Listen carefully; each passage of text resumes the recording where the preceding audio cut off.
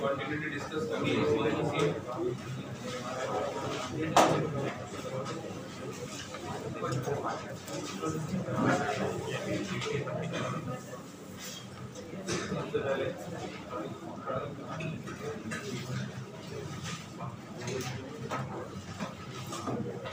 क्या बात समझ आई? एक आर्बिट्रेरी कांस्टेंट लिया x equal to a where a is less than 1. अब हम कंटिन्यूटी चेक करेंगे at x equal to a. तो limit of x tends to a f of x बताइएगा. Limit of x tends to a f of x function कौन सा काम करेगा? Less than 1 के लिए x प्लस 3, तो ये बन जाएगा आपका a प्लस 3. और f ऑफ a की बात करूँ तो f ऑफ a है लेस देन 1, तो ये फंक्शन काम करेगा, वो मिलेगा आपको a प्लस 3. तो ऐसा बोल सकते हैं हम कि limit of x tends to a f of x equal to f of 3 है ना, for all a where a less than 1.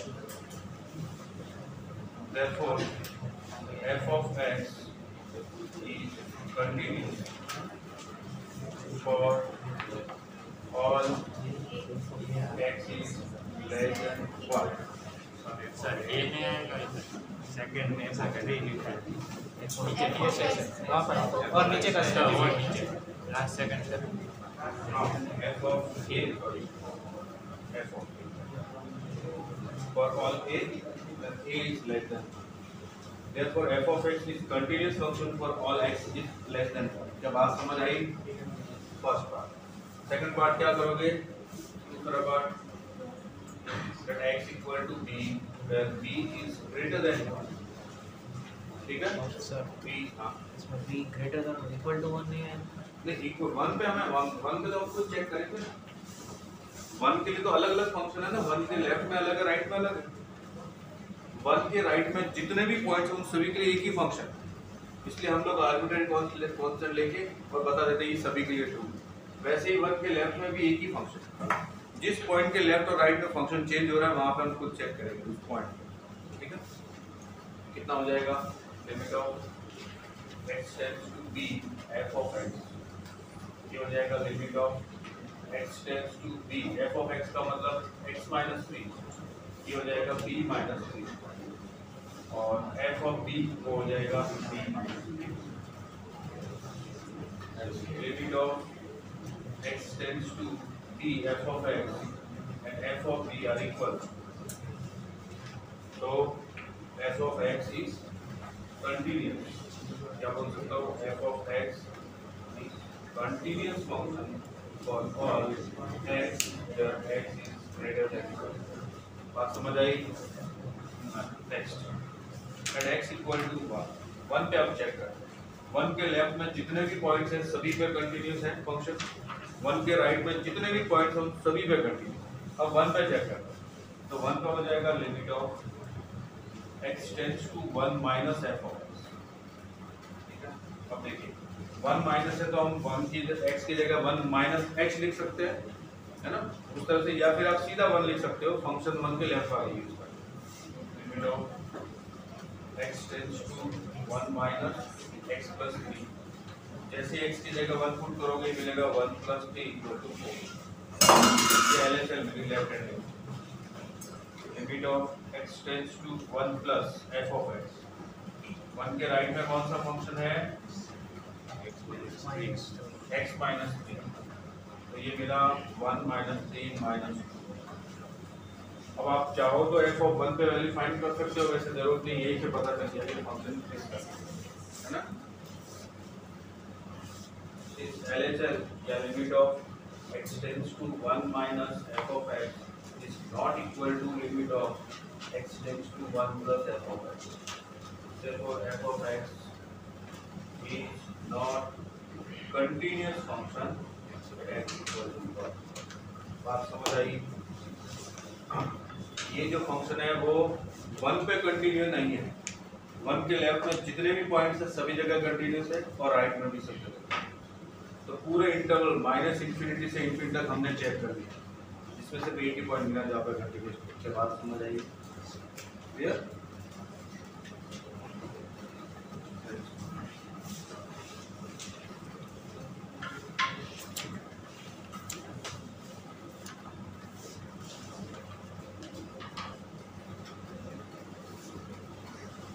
अब इसके लिए चेक करो f of x और f of x equal to gi को. इसके लिए चेक करते हैं.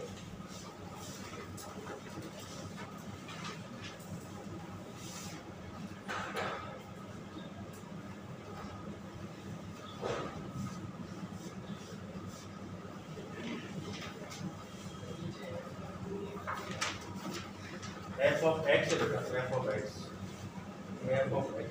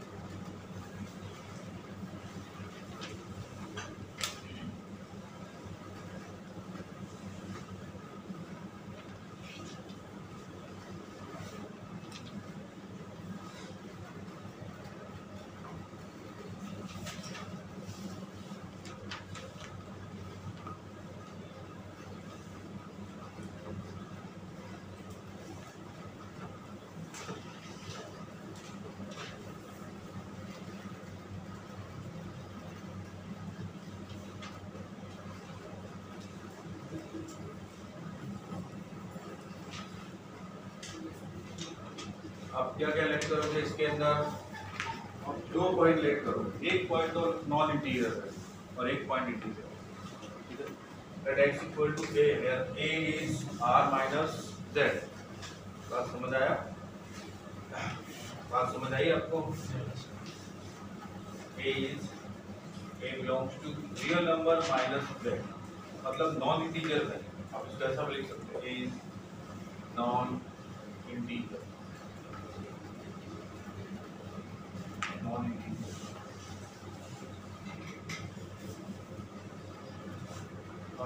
समझ गए? अब नॉन इंटीजर है तो आप बताओ क्या होगा. Limit of x tends to a minus. अगर a माइनस पुट करोगे f of x a minus, तो भी आपको क्या मिलने वाला है a माइनस पे? बताओ. a माइनस पे इंटीजर वैल्यू मिलेगी, a मिलेगा. इसका जो भी इंटीजर पार्ट होगा वो आपको मिल जाएगा. बात समझ आई? फिर से एक्सप्लेन करूं. ये माइनस का मतलब जैसे 2.3 माइनस 2.3 से छोटा 2.2 का आपको क्या वैल्यू मिलेगी? जो उसका इंटीजर पार्ट है 2 वही मिलेगा आपको. अब जैसे मान लो मैं पुट करता हूँ limit of x tends to a plus find किया f of x, तो क्या मिलेगा? a प्लस में limit of x tends to a plus gi of x, क्या वैल्यू मिलेगी? उसका इंटीजर पार्ट. बात समझ आ रही है? बात समझ आई? आप में से किसी को डाउट? तो क्या बोल सकता हूँ कि f of x is continuous for all x belongs to r minus z. Integer part को छोड़ के, जितने भी इंटीजर हो उन सभी को छोड़ के f of x continuous function होता है. दूसरा f of x equal to x.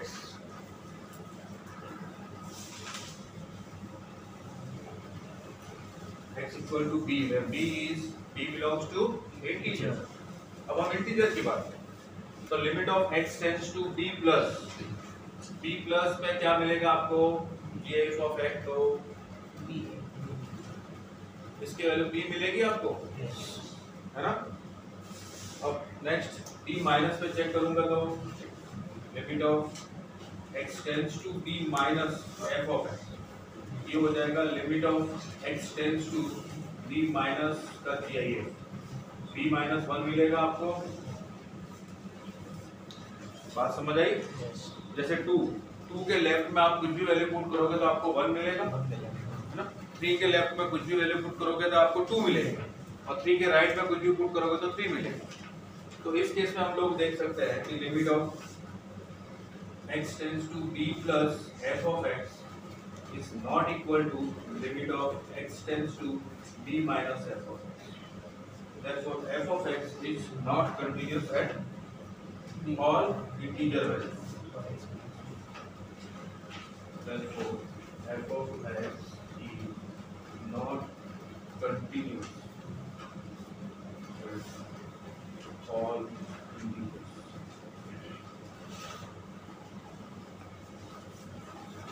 ठीक है, इसका ग्राफ से आपको वैसे समझ में आ जाता है कि देखो ये 0 से 1 तक पूरा कंटिन्यू, फिर 1 से 2 तक पूरा कंटिन्यू, 2 से 3 तक कंटिन्यू, 3 से 4 तक कंटिन्यू, सिर्फ 1 पे डिसकंटिन्यू, 2 पे डिसकंटिन्यू, 3 पे डिसकंटिन्यू, सिर्फ जहाँ जहाँ इंटीजर है वहाँ डिसकंटिन्यू, उसके अलावा दो इंटीजर के बीच में ये ऑलवेज कंटिन्यू, है ना।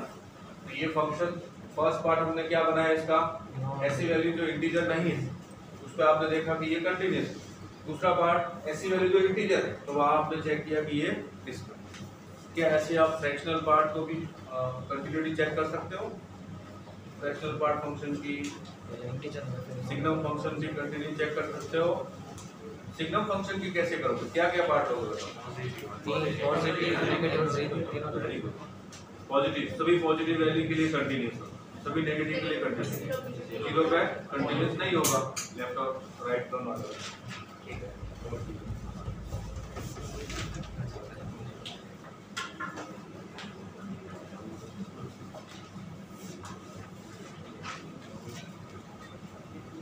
अब ये वाला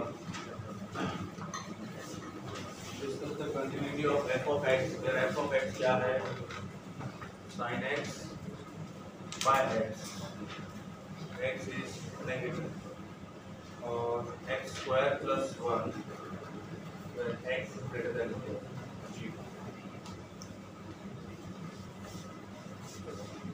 इसके कितने पार्ट बनाओगे आप? इसके 2 पार्ट बनाओगे, एक तो लेस देन 0 और एक ग्रेटर देन 0, और 0 पे कुछ चेक करो उसी पॉइंट, 0 पे LHL RHL मत काटो, बाकी इसके लेफ्ट में और राइट पे चेक कर दो कंटिन्यू आ रहा है।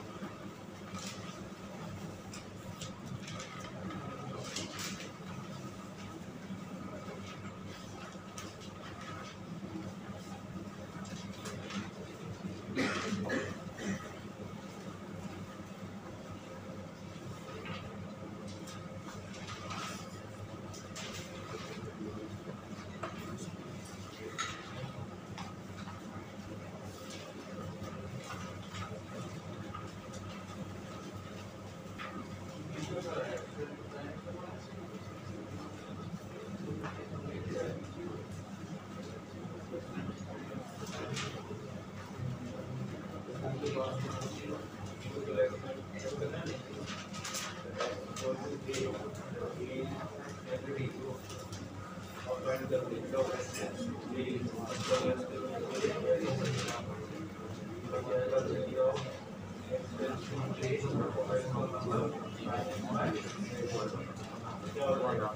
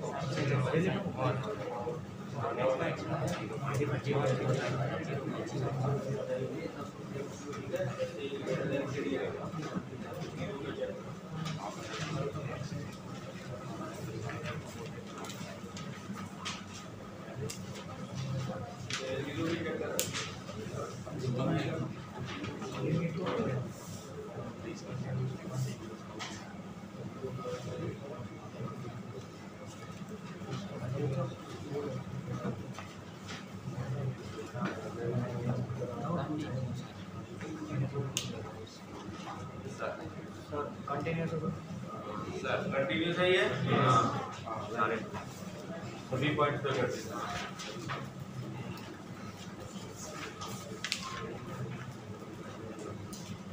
देखो सबसे पहले आपने क्या किया x equal to a where a is negative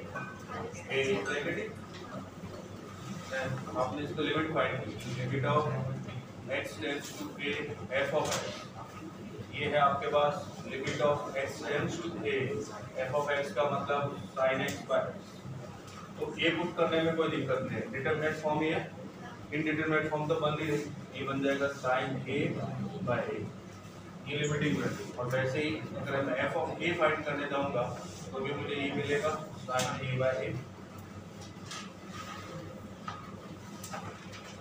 since f of a equal to limit of x tends to a f of x for all a is less than 0. Therefore, f of x is continuous function for all x is negative. X is less than. ये तो आपने इसके लिए find किया जैसे greater than के लिए जाओगे तो where b is positive. b positive है limit of x tends to b f of x ये बन जाएगा आपका x स्क्वायर प्लस। अच्छा ये बताओ कि जब मैं ये ऐसा बोलता हूँ ना कि लेस देन a है तो मैं LHL RHL फाइंड क्यों नहीं करता? मैंने आपको बताया था कि जब रैशनल फंक्शन हो ट्रिग्नोमेट्रिक फंक्शन हो और पॉलिनोमियल फंक्शन हो हमने बताया था ना ये सारे अपने डोमेन में कंटिन्यूस होते हैं तो a के लेफ्ट में कौन सा फंक्शन है ट्रिग्नोमेट्रिक और पॉलिनोमियल तो ये कंटिन्यूस होंगे तो LHL RHL करने की जरूरत है। जैसे इस जीरो के राइट में कौन सा फंक्शन है पॉलिनोमियल फंक्शन ये ऑलवेज कंटिन्यूस होता है तो सिर्फ लिमिट फाइंड कर लो LHL RHL की जरूरत नहीं है फिर भी आप में से कोई करता है तो भी वही है ठीक है। ये क्या बनेगा आपका x स्क्वायर प्लस 1 तो इसकी वजह आपको मिलेगी b स्क्वायर प्लस 1 और f ऑफ b वो भी मिल जाएगा आपको b स्क्वायर प्लस ठीक है। f of b equal to limit of x tends to b f of x for all b is greater than 0 therefore f of x is continuous function for all x is greater than 0 zero से बड़ी जितनी भी value उन सभी के लिए continuous function आ गया zero के लेफ्ट में जितनी भी वैल्यू उन सभी के लिए कंटिन्यूस आ गया अब एट x इक्वल टू 0 तो limit of x tends to 0 minus f of x ये बन जाएगा limit of x tends to 0 minus का फंक्शन काम कर रही है sin x by x अब इसकी वैल्यू तो 1 होगी next limit of x tends to 0 plus f of x ये बन जाएगा limit of x tends to 0 plus f of x मतलब x स्क्वायर प्लस 1 और जैसे ही 0 पुट करूंगा 0 प्लस 1 इक्वल टू 1 देखो इन दोनों में क्या डिफरेंस ये डिटरमिनेंट फॉर्म है तो मैंने डायरेक्ट वैल्यू पुट कर दी ये इंडिटरमिनेट फॉर्म बन रही है 0 पे 0 बाय 0।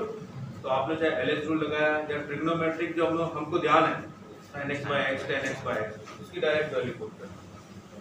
अब देखो एलएच और आरएचएल क्या हो गए equal limit of x tends to 0 minus f of x equal to limit of x tends to 0 plus f of x दोनों इक्वल हो गए। अब f of 0 की वैल्यू f of 0 की वैल्यू यहां से मिलेगी इक्वल टू 0 के लिए यही फंक्शन है। तो f of 0 क्या मिलेगा 0 स्क्वायर प्लस 1 वो भी 0 मिला तो 1 मिला 1। अब देखो इन तीनों की वैल्यू 1 1 1 और ये f of at x equal to 0 function f of x is continuous। बात समझ आई। तो f of x फंक्शन है ये वाला ये पूरे इसके डोमेन में माइनस इंफिनिटी से प्लस इंफिनिटी कंटीन्यूअस फंक्शन है ठीक है। तो इस तरह से हम डोमेन के अंदर पूरे डोमेन के अंदर कंटिन्यूटी चेक करते हैं। बात समझ आई। आपके एनसीईआरटी के लिए कुछ इस तरह की क्वेश्चन पूछी जाएगी तो आप उन सभी को सॉल्व कर सकते हो पक्का। तो एक छोटा सा क्वेश्चन आपको पूछता हूँ उसके बाद हम एनसीईआरटी की दुनिया से बाहर निकलते हैं। तो ये बता दो इसी वाले चीज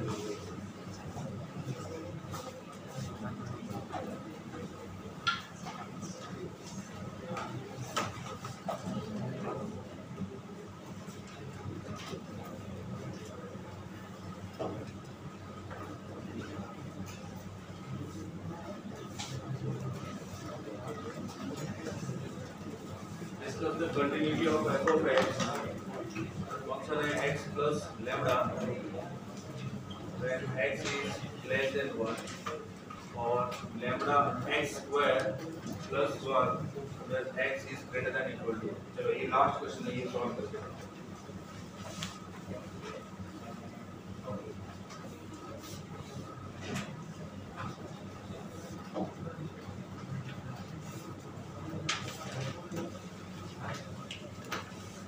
कंटिन्यूटी चेक करो x 1 के लेफ्ट में 1 के राइट में और 1 पे तीनों पॉइंट तीनों देखो।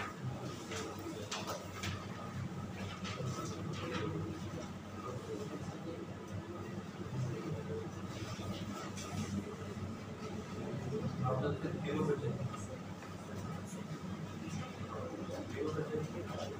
तीनों के लेफ्ट में और राइट में check discuss the continuity of f of x function की कंटिन्यूटी चेक करनी है। 0 से लेफ्ट मतलब माइनस इंफिनिटी से लेकर प्लस इंफिनिटी सब जगह पे आपने 0 से 0 के लेफ्ट में आपने फाइंड किया 0 के राइट में फाइंड किया और 0 पे फाइंड किया 0 पे चेक कर 0 के राइट में कितने सारे पॉइंट 0 के लेफ्ट में कितने सारे पॉइंट लेफ्ट में पॉइंट लिए a आर्बिट्रेरी कांस्टेंट ये क्या बताएगा 0 के लेफ्ट में जितने भी पॉइंट्स हैं वो सारे के सारे आ बी क्या बताएगा कि 0 के राइट में जितने पॉइंट्स हैं वो सारे आ बी का होगा मतलब सब जगह नहीं कैमरा की जरूरत नहीं नहीं होगा 0 पे कंटिन्यूस नहीं 0 पे चेक क्यों करना है 0 सर कंटिन्यूस है ना हाँ फुल डोमेन के अंदर ये कंटिन्यूस होगा माइनस इंफिनिटी से लेके प्लस इंफिनिटी तक।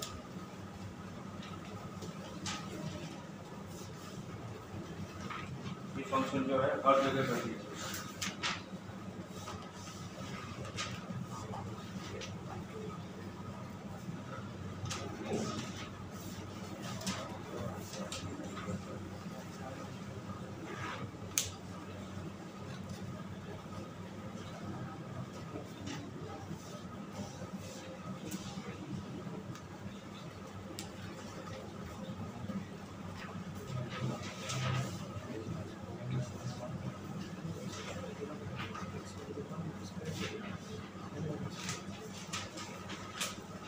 कंटिन्यूटी का बेसिक था।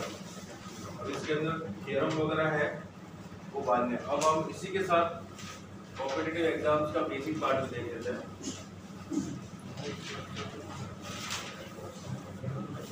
अब मैं बात करता हूँ किस कंटिन्यूटी की तो आपको समझ में आ गया कंटिन्यूटी कैसे चेक करते हैं। अब पूछ रहे हैं discontinuity. find the points of points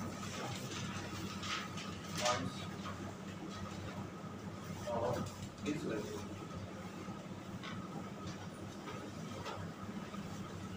Points of discontinuity following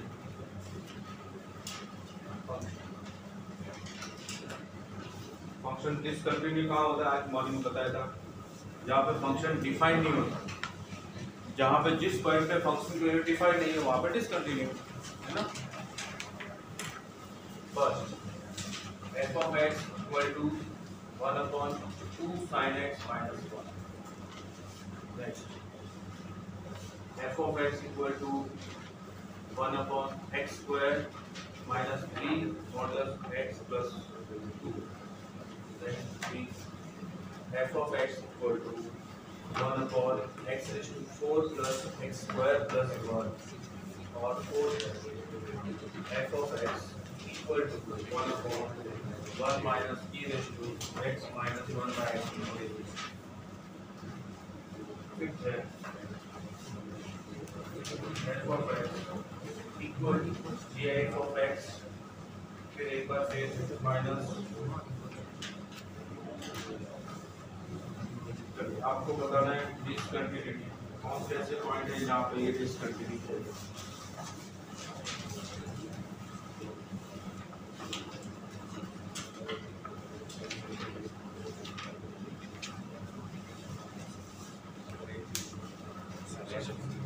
x not equal to pi by 6. x is not equal only pi by 6. 2 and pi plus pi by 6. हाँ sir 2 and pi plus pi. Discontinue सबसे पहले तो ये trigonometric function है जो continuous होता है। अब डिसकंटिन्यू कहाँ होंगे? डिसकंटिन्यूटी तो हम वहाँ भी चेक करते हैं जो फंक्शन के डोमेन में नहीं है ना। अब डिनोमिनेटर जीरो नहीं होना चाहिए, जहाँ पे डिनोमिनेटर जीरो होगा वहाँ फंक्शन डिफाइंड नहीं होगा। तो वो पॉइंट ढूंढ लेते हैं जहाँ फंक्शन डिफाइन ही नहीं है, वही पॉइंट होंगे डिसकंटिन्यूटी वाले। फंक्शन डिफाइन कहाँ नहीं है? जहाँ पे 2 sin x minus 1 0 हो, ठीक है, वहाँ पे फंक्शन डिफाइन नहीं है। तो sin x equal to 1 by 2, then x equal to कितना होगा? 2n pi plus pi by 6 और 2n pi plus 5 by 6। ये जितने भी पॉइंट्स हैं सभी पॉइंट्स में क्या होंगे? बात समझ आई? या फिर इसको उस वे में भी लिख सकते हैं, x equal to n pi plus minus 1 raised to power n pi plus -1 -2 और 1 और 2। हाँ, very good. Points of discontinuity ये है।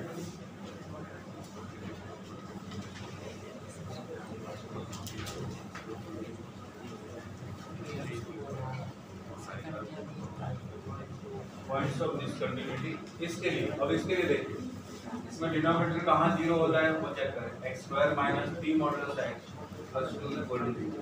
अब x स्क्वायर को मॉडुलस x स्क्वायर लिख सकते हैं। अब ये क्या बन जाएगा? Modulus of x square minus 2 times modulus of x minus 1 time modulus of x। तो ये 3 टाइम्स हो जाएगा, -1 और -2 -3 हो जाएगा, होता है -2 और -1, जब दोनों को प्लस करोगे तो -3 मिलेगा। जल्दी समझो, modulus of x -2 -1 modulus of x -2 equal to 0। अब इन दोनों में से common modulus x -2 into modulus x -1, या तो ये वेक्टर 0 हो सकता है या फिर ये। तो modulus of x -2 equal to 0, modulus of x equal to 2, then x equal to +6। दूसरा factor modulus x -1 equal to 0, modulus x equal to 1, x equal to +1। तो ये 4 पॉइंट्स ऐसे मिलेंगे जहाँ पे फंक्शन है वो डिस्कंटिन्यूअस।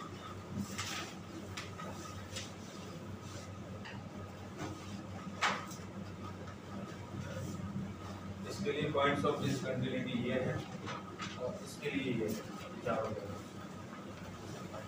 Points of discontinuity. नेक्स्ट बताओ, थर्ड।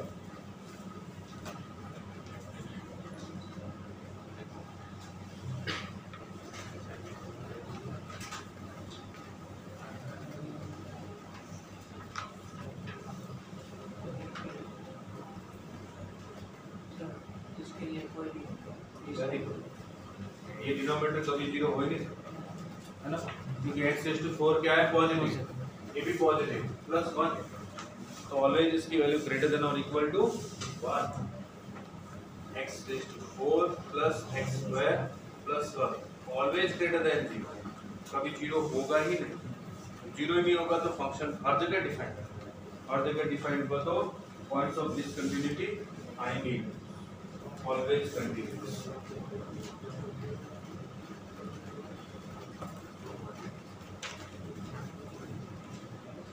ऑलवेज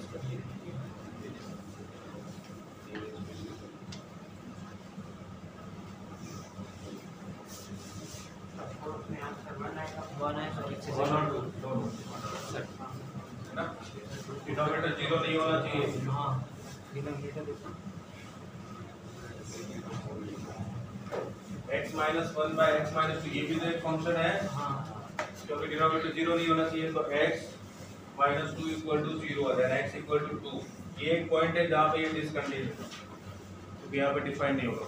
दूसरा 1 minus e raise to x minus 1 by x minus 2, ये जीरो कहाँ होगा, ये इसकी तो 1 equal to e raise to x minus 1 by x minus 2, ये log 1 हो जाएगा 0 equal to x minus 1 by x minus, तो x की वैल्यू है। ये दो ऐसी वैल्यू है जहाँ पे फंक्शन डिफाइन ही नहीं, लेकिन ये इसके डोमेन में नहीं है, डिफाइन ही नहीं है, तो क्या होगा, डिस्क्रिट। दो पॉइंट्स का फंक्शन डिस्क्रिट। किसी को डाउट हो तो पूछ सकते हो। ये इतने 5 क्वेश्चन सॉल्व किए हमने, आप में से किसी को डाउट है, ये आप सॉल्व करके बताओ मुझे।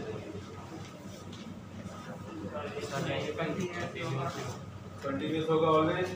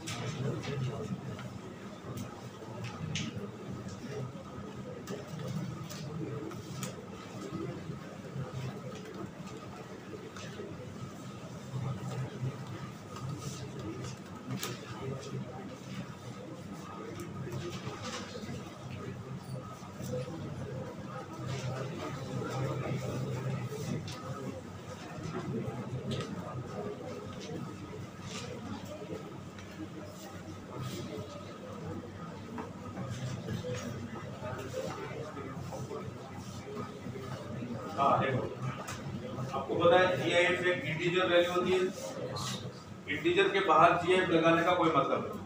अगर आप GIF के अंदर इंटीजर पुट करते हो तो GIF क्या करता है, कुछ नहीं होता, कुछ नहीं करता उसको, जैसा आपने पुट किया वैसे ही बाहर रख देता है। इसका मतलब ये बनेगा GIF of x minus GIF of x minus. अब GIF की एक प्रॉपर्टी होती है, अगर आप लोगों को ध्यान हो तो 11th में पढ़ी थी, GIF of x plus n। अगर आप इसके अंदर कोई इंटीजर प्लस माइनस की फॉर्म में तो बाहर आता है ना, क्योंकि जैसे मान लो मैंने बोला कि ये ऐसे लिखा हुआ है x प्लस 3, तो आप इसको x प्लस 3 लिख सकते हो। ऐसा क्यों, जैसे मान लो मैंने इसमें x की जगह पॉइंट वैल्यू पुट की 0.7, तो 0.7 प्लस 3 उसका GIF कितना बनेगा 3। अब यहाँ पुट करो 0.7 का GIF 0 प्लस 3 हुआ। जैसे आपने पुट की 1.3, 1.3 प्लस 3 कितना हुआ 4.3 4 मिलेगा 1.3 का GIF 1 प्लस 3 4 हुआ। तो आप इसको इस तरह से इंटीजर को बाहर निकाल सकते हो। तो यहाँ पे इंटीजर को अगर बाहर निकालने जाऊंगा तो ये GIF of x minus GIF of x minus 1, ठीक है। अब ये बन जाएगा GIF of x minus GIF of x plus 1, ये कैंसिल हो गया, आपको 1 मिला। मतलब आप x कुछ भी पुट करो ये 1 पॉइंट फंक्शन है, आपने वैल्यू पुट की तो ये हमेशा कांस्टेंट फंक्शन है। आप x माइनस इंफिनिटी से प्लस इंफिनिटी कुछ भी पुट करो ये आपको हमेशा 1 मिलेगा, कहीं पे भी ब्रेक नहीं, ये ऑलवेज कंटीन्यूअस है।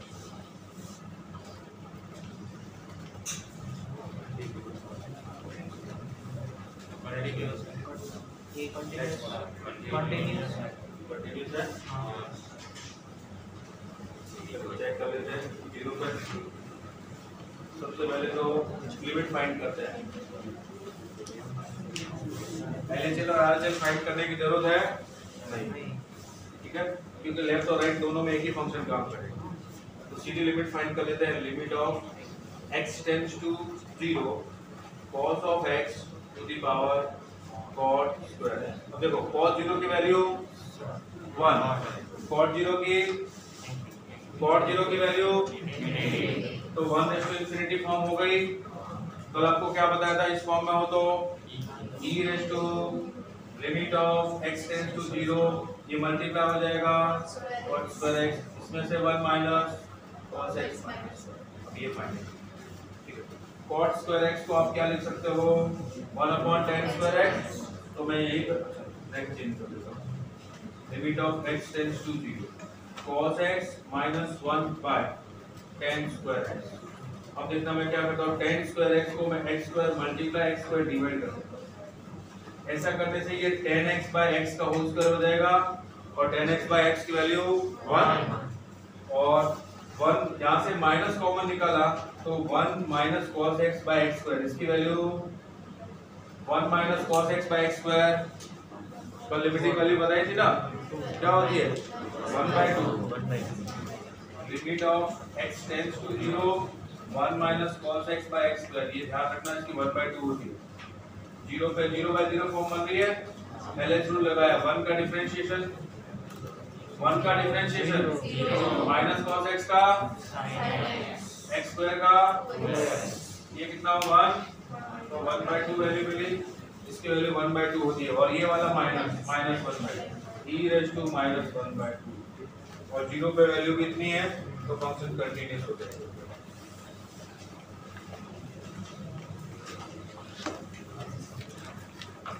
Continuous at x equal to 0। Next में आपसे पूछा कि ये कंटीन्यूअस तो है तो b की वैल्यू बता दो। x इक्वल टू 0 पे b है और ये फंक्शन कंटीन्यूअस है, तो b की वैल्यू फाइंड करो।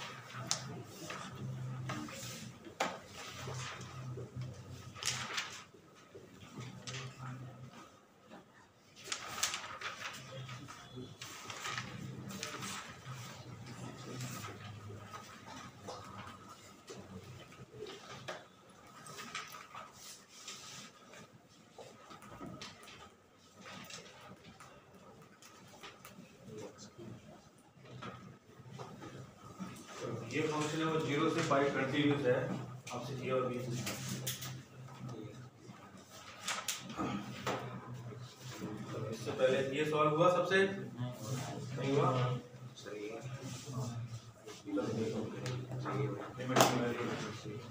Limit of x tends to 0, x tends to 0,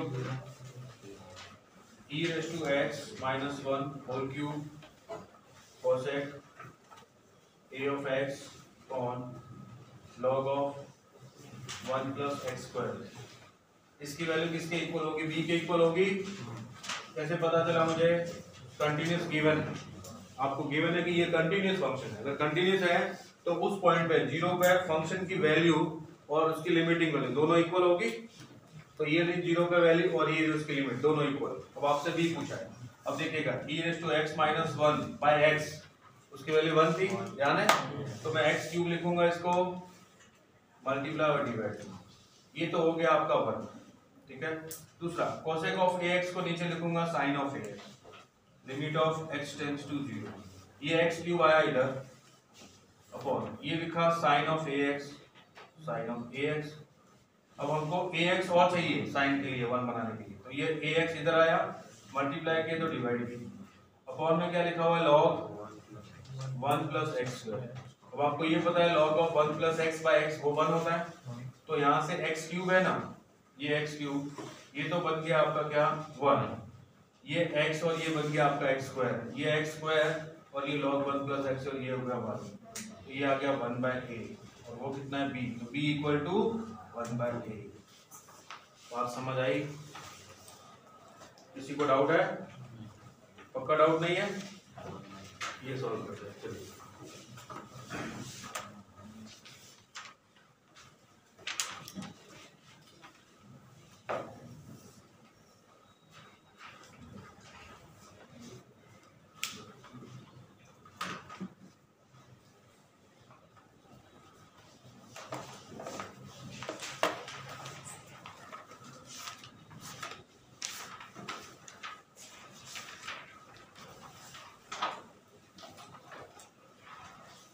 अब आपको यहाँ पे कंटिन्यूटी या डिसकंटिन्यूटी चेक नहीं करनी, आपको पहले ही बोल दिया कि ये फंक्शन पूरा कंटिन्यूस है, आपको सिर्फ इतना करना है कि a और b की वैल्यू फाइंड करना। तो अगर फंक्शन कंटिन्यूस है इसका मतलब इसके हर पॉइंट पे उसकी लिमिटिंग वैल्यू और फंक्शन की वैल्यू इक्वल होगी, है ना, और हर पॉइंट पे LHL और RHL भी इक्वल होगी।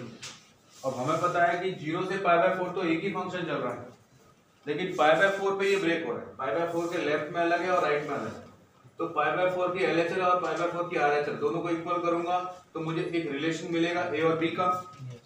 π/2 के लेफ्ट और π/2 के राइट में अलग अलग फंक्शन है, तो π/2 की LHL और RHL को इक्वल करूंगा तो एक और इक्वेशन मिलेगी, दोनों इक्वेशन को सॉल्व करके a और b ढूंढ लूंगा। बात समझ आई? चलिए तो बताइएगा, limit of x tends to π/4 minus f of x, क्या लिखूं? Limit of x tends to π/4 minus कौन सा फंक्शन आएगा?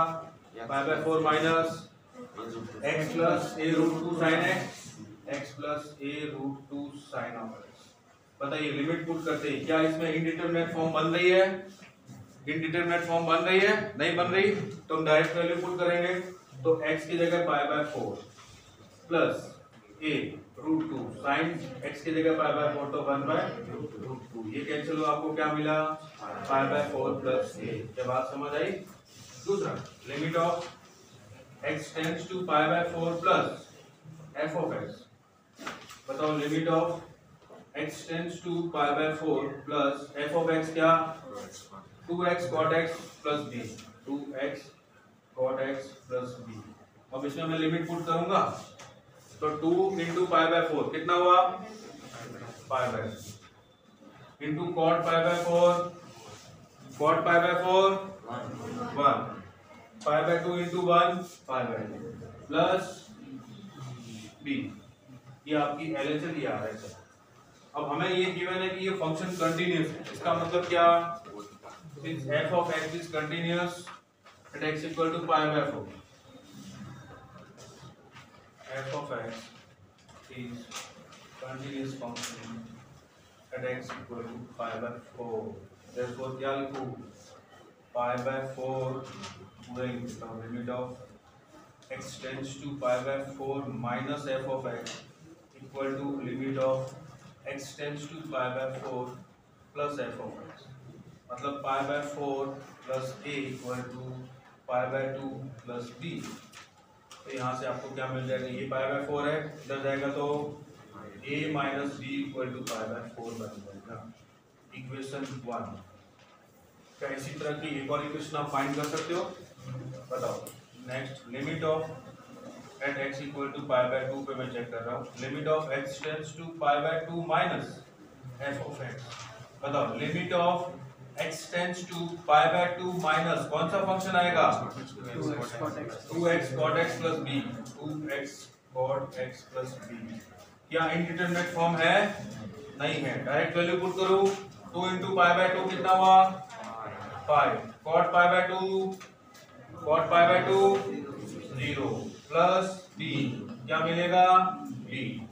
अब ये था left hand side, right hand side, limit of x tends to π/2 plus f of x, बताओ limit of x tends to π/2 plus कौन सा फंक्शन काम करेगा, a cos 2x minus b sin x, a cos 2x minus b sin x। बताओ direct value put करता हूँ, π/2 cos 2 into π/2 cos pi की value minus 1 into a minus a, sin π/2 minus b into 1 minus. क्या बात समझ आई। अब ये function भी π/2 पे क्या है, कंटिन्यूअस है, तो LHL और RHL क्या होगी, इक्वल होगी π/2 पे, π/2 पे इक्वल होगी तो ये दोनों इक्वल हो जाएंगे, तो आपको क्या मिलेगा, b equal to minus a minus b, ये भी इधर जाएगा तो 2b equal to minus of a, तो a equal to minus 2b, ये a equal to minus 2b। तो इक्वेशन नंबर 2, फर्स्ट इक्वेशन ये रही, a की जगह मैं पुट कर देता हूँ माइनस 2b, तो minus 2b minus b equal to π/4, तो यहाँ से b आपको मिल जाएगा माइनस π/12, ये b मिला माइनस π/12, ये b की वैल्यू यहाँ पुट कर दो तो a क्या मिलेगा प्लस π/6, ये a और b आपने दोनों। बात समझ आई, किसी को डाउट है, नो डाउट। कंटिन्यूटी चेक करनी हो तो हम लोग जो पॉइंट जहां पे डेफिनेशन चेंज हो रही है, ध्यान देना, फंक्शन की डेफिनेशन जिस पॉइंट पे चेंज हो रही है वहां पे LHL RHL दोनों फाइंड करके और पॉइंट पे फंक्शन की वैल्यू फाइंड करके बताएंगे कंटिन्यूस है या नहीं। अगर डेफिनेशन चेंज नहीं हो रही है, मान लो किसी पर्टिकुलर पॉइंट के लेफ्ट में एक ही फंक्शन है सभी पॉइंट, तो हम कोई आर्बिट्रेरी कांस्टेंट लेके और बता देंगे कि इसके सभी लेफ्ट वाले पॉइंट के लिए कंटिन्यूस है। क्लियर। डिसकंटिन्यू पूछा जाए तो डिसकंटिन्यू वहां होता है फंक्शन जहां पे फंक्शन डिफाइन है, ठीक है, जैसे स्क्वायर रूट के अंदर है तो पॉजिटिव होना चाहिए, नेगेटिव पे डिफाइन होगा। जैसे डिनोमिनेटर में है तो क्या है, जहां पे 0 1 डिफाइन होता है तो वो पॉइंट्स हो जाएंगे। अगर कंटिन्यूस गिवन है और फिर आपसे पूछा कि कुछ पर्टिकुलर वैल्यू बताइए किसी कांस्टेंट की, जैसे इस केस ए और बी, तो आपको क्या करना है, जहां पे भी डेफिनेशन चेंज हो रही है उसकी LHL RHL फाइंड करके इक्वल करो तो इक्वेशन मिलेगी। इसके बीच में किसी पॉइंट पे फाइंड की तो आपको इक्वेशन नहीं मिलेगी, वो एक ही फंक्शन काम करेगा LHL RHL दोनों। ठीक वैसे जहां ब्रेक हो रही है LHL RHL फाइंड किया, दो इक्वेशन दोनों को सॉल्व किया, ए और बी। बात समझ आई, नोट कीजिए अभी के लिए।